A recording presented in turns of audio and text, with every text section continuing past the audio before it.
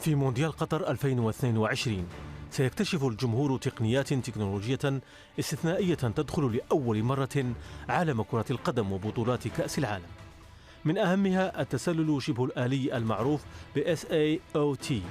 هذا النظام قادر على إرسال تنبيه آلي عند حدوث تسلل في الوقت الحقيقي لطاقم التحكيم، وهو تطوير لتقنية الفار يسمح بتفادي إضاعة الوقت.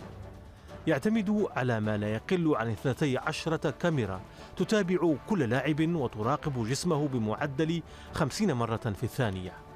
وبدمج البيانات وتطبيق الخوارزميات يرسل النظام تنبيها تلقائيا بحدوث تسلل.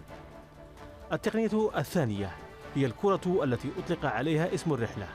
تعمل هذه الكرة بنظام استشعار حركة وفرته أديداس، يرسل البيانات 500 مرة في الثانية، ما يمكن من نقلها في الوقت الفعلي لحكام الفيديو. تقنية تبريد الملاعب.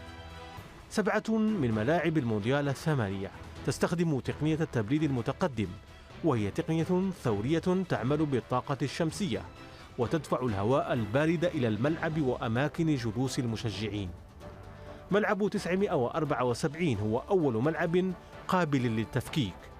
بني باستخدام حاويات عددها 974، وهو رمز الاتصال الدولي لقطر، وهو ملعب قابل للتفكيك والتركيب بالكامل. تقنية بونوكل تمكن المكفوفين وضعاف البصر من متابعة البطولة بتحويل المحتوى إلى طريقة برايل، ويستخدم فيها جهاز إلكتروني مبتكر يعتمد على تقنية البلوتوث. وفي إطار الاهتمام بذوي الإعاقة، تم أيضا إنشاء غرف مشاهدة حسية في الملاعب لتوفير مساحات آمنة وهادئة للمصابين بالتوحد، صممت لإشراك حواسهم في العروض التفاعلية مع إضاءة متحكم فيها. تطبيق ناف بادي قطر للتنقل وطلب الطعام يسهل على المشجعين الوصول إلى أماكن شراء الطعام ودورات المياه القريبة منهم وتفادي الأماكن المزدحمة.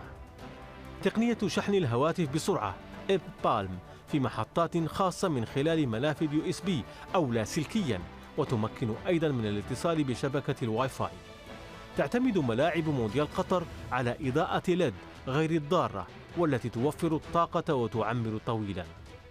تطبيق أصب هو تطبيق في أسرع وقت ممكن، يحمل على الهواتف لتقديم خدمة التوصيل إلى المقاعد ومحطات النقل والأماكن الرياضية. خلال مونديال قطر ستستخدم حافلات كهربائية صديقة للبيئة لنقل المشجعين من وإلى الملاعب وأماكن أخرى، وهي مجهزة بتكنولوجيا المعلومات عالية الدقة لضمان قيادة صديقة للبيئة. وهذه أول مرة تستخدم فيها حافلات كهربائية في كأس العالم.